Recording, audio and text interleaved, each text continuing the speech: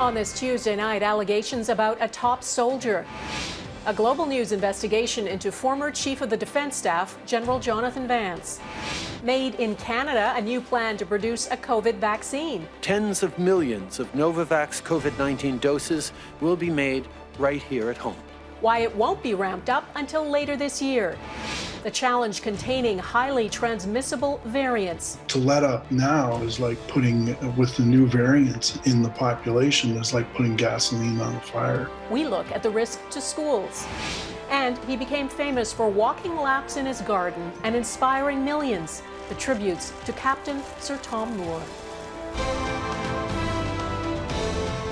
Global National with Donna Friesen. Good evening and thanks for joining us. We begin tonight with allegations against Canada's former top soldier. General Jonathan Vance is accused of engaging in inappropriate sexual behaviour as a senior leader in the Canadian Armed Forces. Our Ottawa Bureau Chief Mercedes Stephenson has the exclusive details. Mercedes. Donna, General Jonathan Vance was the force behind Operation Honour, the military's pledge to root out sexual misconduct from its ranks. Now General Vance finds himself facing allegations after multiple sources approached Global News alleging he behaved inappropriately with subordinate women, including during his time as Chief of the Defence Staff. A source with direct knowledge came forward to Global News, alleging a relationship with sexually explicit exchanges and repeated private meetings. Global News has viewed evidence that appears to support this. Late this afternoon, Global News contacted the female subordinate alleged to have had a relationship with Vance. She confirmed the allegations but asked to remain anonymous, and Global News has agreed to honor her request. Vance has denied allegations of inappropriate behavior in 2 separate phone calls with Global News. In his first response, Vance suggested he only knew the woman in a professional context. He also denied having any direct communication with her. But Vance later acknowledged they had dated in Gagetown, New Brunswick, where they were both posted in 2001, while in separate chains of command. Vance told Global News that he had been, quote, holding back in his initial response because he did not want to, quote, betray confidences. Vance said that while he had met the woman on multiple occasions, the relationship was not sexual. Vance denied knowledge of sexually explicit communications and indicated they could be fabricated. Vance described himself as a supporter and a friend, and said the woman sought his advice about joining the lawsuit for victims of sexual misconduct and harassment in the military. There are no allegations that the alleged relationship was not consensual. Senior military officers and defense officials describe any relationship between the Chief of the Defense Staff and a subordinate member as problematic due to the power imbalance.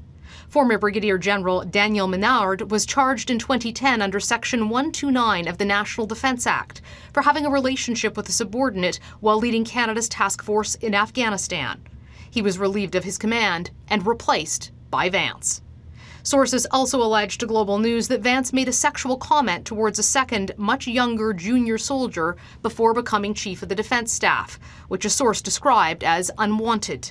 That comment, contained in documents obtained by Global News, was sent from Vance's military email account to a 25-year-old female corporal in 2012, when Vance was a major general. An email from Vance's account raises the prospect of going to a clothing-optional vacation destination with her. Vance told Global News he has no recollection of the exchange and suggested that if it did occur, he would have intended it as a joke rather than a solicitation. He also said he would be willing to apologize if he did make the comment. The allegations come a little over 2 weeks after Vance formally handed over command of the military.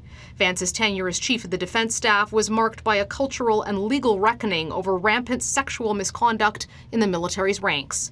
In a statement, the Prime Minister's office told Global News that it takes all allegations of workplace misconduct extremely seriously and ensures that all processes are followed, noting that no one should ever feel unsafe at work within the Canadian military.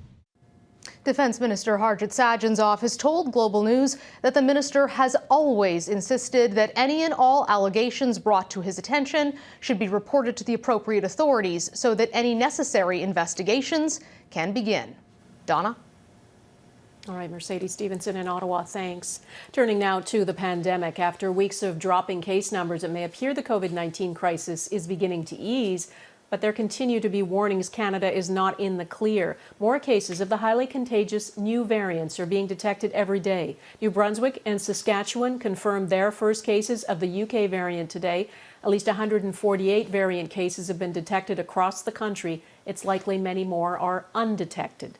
The concern is they could spread much faster than vaccines are rolling out. Today, the Prime Minister announced a plan with vaccine maker Novavax to produce a COVID-19 vaccine here in Canada. This is a major step forward to get vaccines made in Canada for Canadians. The Novavax vaccine, though, has not been approved for use in Canada yet, and building the production facility in Montreal will take months. Abigail Bimman has the details tonight on what's promised and the challenge of delivering on it. Tens of millions of Novavax COVID-19 doses will be made right here at home. There are asterisks attached to the Prime Minister's announcement.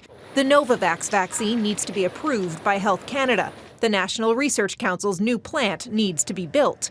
The production facility should be completed this summer. But that doesn't mean vaccines will flow right away, the industry minister clarified. So we expect by the end of the year to be in a position to be producing vaccines. And we're talking around 2 million doses a month.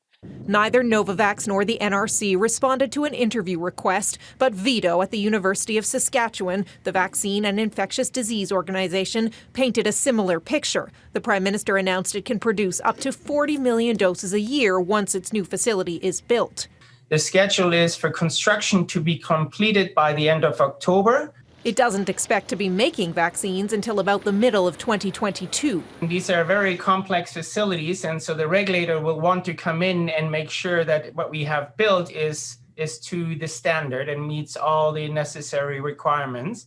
Ottawa also announced a further $25.1 million for precision nanosystems for its new vaccine facility, slated to be finished by March 2023. The company says it can produce up to 240 million doses of its new self-amplifying RNA vaccine, if approved.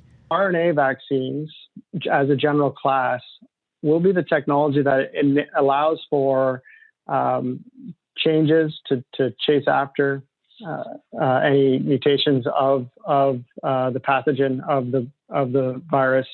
So it's a very flexible technology. We also have to prepare for future variants, and the investment in those technologies and the manufacturing capacity to produce those technologies, I think, is still going to be very important in the future. Ottawa has a deal with Novavax to buy 52 million doses with an option for 24 million more. Precision Nanosystems and VIDO are both working on Canadian vaccines of their own. VIDO in phase 1 of clinical trials in Halifax. Precision expects to start trials this summer. And while the Prime Minister is committed to getting all Canadians a vaccine by September, none of those will be made in Canada. Abigail Bimman, Global News, Ottawa. The pandemic has exposed how little vaccine production there is in Canada. Decades ago, Canada's vaccine industry, though, was robust. That started to change in the 1980s when, according to the Canadian press, a number of companies, including AstraZeneca and Johnson & Johnson, shut down their Canadian operations. Today, 2 companies manufacture vaccines here. Both are foreign-owned. French company Sanofi produces vaccines for diseases such as whooping cough in Toronto. And British company GlaxoSmithKline produces influenza vaccines in Quebec.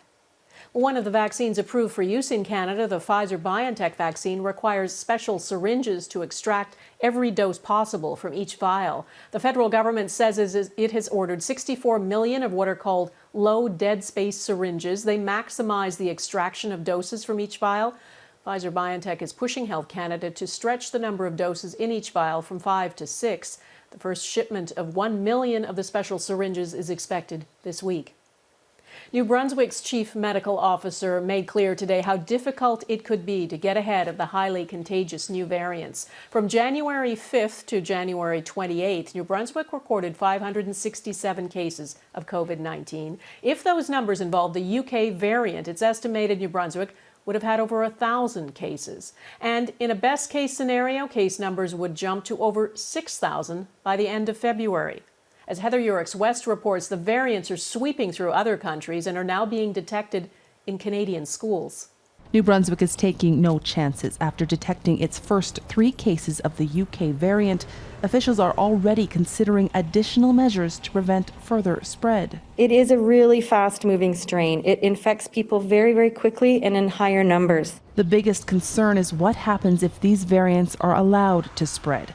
The UK variant has already been linked to outbreaks at a long-term care centre and a meat packing plant in Ontario. In BC and Alberta, officials are now dealing with exposures at daycares and schools as well. This is definitely something we've been wanting to avoid. These variants do appear to have the ability to spread more easily, and that could, really challenge our defense mechanisms and our safety protocols in school. 4 cases of the variant have been traced to an outbreak at an Alberta daycare. And in 2 Calgary schools, students with the variant attended class. In BC, 80 people at a Maple Ridge secondary school are now being tested after a COVID-19 positive person attended school after being exposed to the UK variant. Those tests will also undergo genome sequencing as BC expands screening for the new variants. We're, for example, doing whole genome sequencing of all cases in young people and school-age children. Canada is currently only sequencing a sample of COVID-19 tests for the variants, raising concerns there could be unknown instances of community spread. I think there are definitely signs that the variants are at least transmitted to a certain extent in community, and we probably are not detecting them all. It's why Dr. Teresa Tam is urging provinces to be very cautious around easing restrictions. In Alberta, there are plans in place to reopen restaurants to in-person dining as early as next week. I think there's a very good possibility that we're already seeing community spread in Alberta. To let up now is like putting, with the new variants in the population, is like putting gasoline on a fire. And it's just not a good idea. Because, as health officials have warned for weeks, if these variants are allowed to take hold in the community, everything could change. Heather Urex West, Global News, Calgary. After 6 weeks of the strictest lockdown measures in the country, some areas of Quebec are having restrictions eased. Premier François Legault stressed, though, the battle is not over and many tough measures are still in place. Amanda Jelowicki is in Montreal tonight. Amanda, what is changing there? Well, Donna, the biggest change coming is that non-essential businesses will be allowed to reopen across the province under very strict guidelines. That includes retail stores, shopping malls, and personal grooming centers like hair salons, as well as museums. Also, CEGEP and university students will be allowed to return to in-person classes. They've been online since the fall. Restaurants, though, in the Montreal area, as well as other red zones, will remain closed. Chef Antonio Park prepares salmon for his lunch rush. Lately, though, that rush has been underwhelming. For 4 months now, Park's revered Montreal restaurant has only been open for takeout and delivery. It is very difficult because the government doesn't give us really flexibility nor a lot of help. So it's very difficult. About 10% of Quebec restaurants have closed permanently since the pandemic began. The hard-hit industry estimates up to 40% could collapse this year. We need to know when we will be reopened, how we will be reopened, and we need to have a comprehensive financial aid package. With COVID numbers steadily falling, Premier François Legault has promised weary Quebecers a slight easing of some restrictions. It's unlikely Montreal restaurants will reopen, but non-essential businesses, including retail stores and malls, are expecting a break. We're at the point where retail needs to reopen for the population and for the retail owners because we're at the limit at this point. Businesses say online sales aren't enough. And it has been extremely difficult because in a business like ours, curbside pickup and e-commerce do not replace bricks and mortar business. Bedos runs Burke's jewelry stores across Canada. He says it's critical they open soon. I know for sure that if we can't operate for Valentine's, many retailers will not make it beyond February. Now, the softening of these rules take effect next week. Quebec's curfew, though, will remain in place. It'll be under review by February 25th. Donna? Amanda Jelowicki in Montreal, thanks. The big storm bearing down on Atlantic Canada. Coming up, the wild weather, plus what furry forecasters predict for the weeks ahead.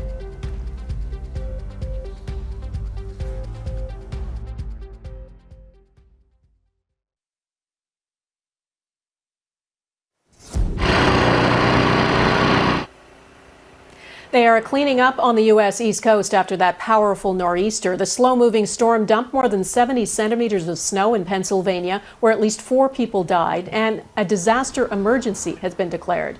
Nearly a meter of snow fell in New Jersey, and in New York, schools and most vaccination sites are closed. Winter storm warnings are still in effect from Maryland to Maine. That same storm front is taking a swipe at Atlantic Canada, too. Many schools are closed, driving is treacherous, and there are widespread power outages. Nova Scotia is bracing for 80 millimeters of rain and winds gusting up to 100 kilometers per hour. New Brunswick is expecting up to 45 centimeters of snow and ice pellets, and in PEI, up to 25 centimeters of blowing snow and freezing rain is in the forecast. Well, every day can feel a bit like Groundhog Day right now, but today is actually the real Groundhog Day, and without a shadow of a doubt, the science points to an early spring. No shadow! No shadow! Okay, so it's not real science, it's Shubenacadie Sam in Nova Scotia. He emerged from his burrow this morning, and apparently he did not see his shadow, and the groundhog science says that means spring-like weather is on the way soon. Ontario's Wyerton Willie backed that up with a tweet. Fans of spring rejoice, and early spring is around the corner. There you have it. Poisoned and now facing more prison time. Ahead, the fate of Alexei Navalny.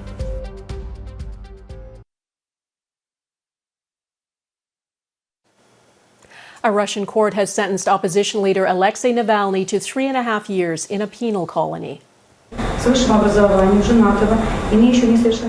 Navalny becomes Russia's most prominent political prisoner. The court ruled he'd violated the terms of his parole from a 2014 money laundering conviction, a case he says was fabricated and politically motivated. As the judge read the ruling, Navalny smiled at his wife, Yulia, and he traced the outline of a heart on the glass in the prisoner's box. Navalny was arrested January 17th after returning from Germany, where he was recovering from a nerve agent poisoning, an assassination attempt he says President Putin ordered. Before the sentence, Navalny told the court, "You can't jail the whole country." More than 500 of his supporters were arrested outside the courthouse today. The verdict is being widely condemned as targeting the victim of a poisoning rather than those responsible. Prime Minister Justin Trudeau tweeted today, "We call for his immediate release as well as the release of the peaceful protesters and journalists who have been detained in recent weeks." With time served, Navalny will spend 2 years and 8 months behind bars. His lawyers plan to appeal. Next, farewell to Captain Tom.